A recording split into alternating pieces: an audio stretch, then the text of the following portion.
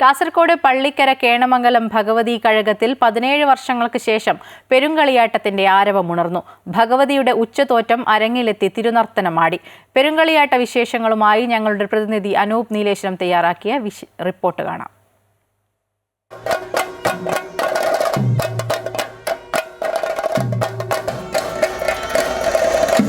നീണ്ട 17 വർഷങ്ങൾക്ക് ശേഷം പെരുങ്കളിയാട്ട മഹോത്സവത്തിന് ആരവമുണർന്നിരിക്കുകയാണ് നീലേശ്വരം പള്ളിക്കരയിൽ കേണമംഗലം ഭഗവതി കഴകത്തിൻ്റെ തിരുമുറ്റത്ത്.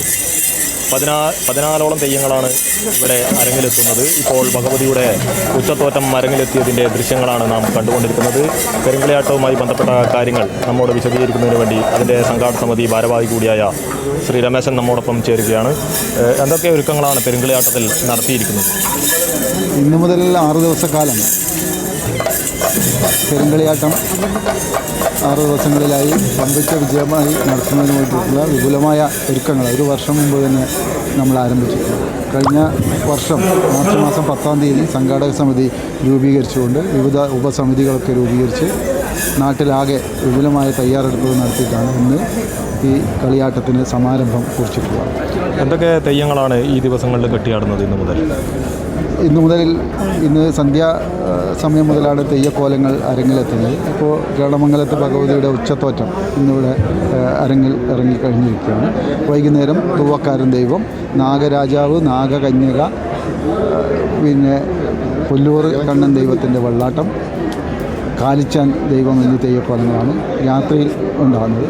പിന്നീട് വിഷ്ണുമൂർത്തി, രക്തചാമുണ്ടി, പാടാർ കുളങ്ങര ഭഗവതി, ചെറളത്ത് ഭഗവതി തുടങ്ങിയ ദൈവങ്ങളുടെ തോറ്റം അരങ്ങിലെത്തും. പുലർച്ചയോടുകൂടി മറ്റ് തെയ്യക്കോലങ്ങൾ അരങ്ങിലെത്തും.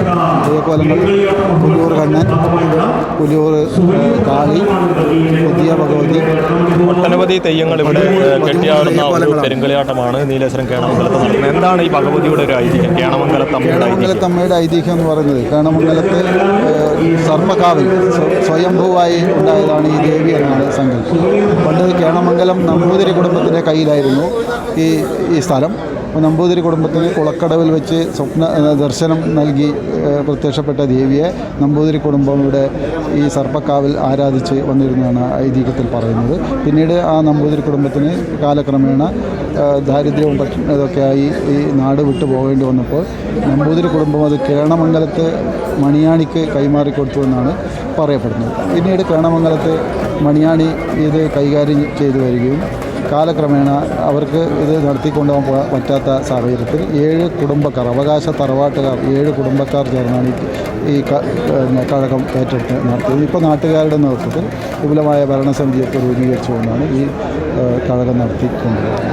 വലിയൊരു പെരുങ്കളിയാട്ട മഹോത്സവമാണ് ഇവിടെ നീലേശ്വരം കേണമംഗലം ഭഗവതി കഴകത്തിൽ 17 വർഷങ്ങൾക്ക് ശേഷം നടക്കുന്നത്. ഭഗവതിയുടെ ഐതിഹ്യമാണ് ഇവിടുത്തെ മുഖ്യ സംഘാടക സമിതി ഭാരവാഹി കൂടിയായ ശ്രീ രമേശൻ നമ്മോട് വിശദീകരിച്ചത്. ഇനിയുള്ള സമയങ്ങളെല്ലാം തെയ്യങ്ങളുടെയും തോറ്റങ്ങളുടെയും വെള്ളാട്ടങ്ങളുടെയും അരങ്ങുറഞ്ഞാട്ടത്തിനുള്ള ധന്യനിമിഷങ്ങളാണ്. ഭക്തലക്ഷങ്ങളാണ് ഇവിടെ ഈ പെരുങ്കളിയാട്ടത്തിൽ ഭാഗവാക്കുകളാകാനായി കേണമംഗലത്തമ്മയുടെ തിരുമുറ്റത്തേക്ക് എത്തിക്കൊണ്ടിരിക്കുന്നത്. നാടിൻ്റെ നാനാഭാഗങ്ങളിൽ നിന്നായി 10,000 എത്തിച്ചേരുന്ന വലിയൊരു മഹത്തായ പെരുങ്കളിയാട്ടമാണ് ഇവിടെ. ഒരു പാരമ്പര്യത്തിൻ്റെ സ്മൃതികൾ അത് അയവിറക്കുന്ന ഒരു ധന്യനിമിഷം കൂടിയാണ് ഇത്. ഇവിടെ കേണമംഗലത്തമ്മയുടെ ഉച്ചത്തോറ്റം അരങ്ങിലായതിൻ്റെ ദൃശ്യങ്ങളാണ് നാം ഇപ്പോൾ കണ്ടുകൊണ്ടിരിക്കുന്നത്.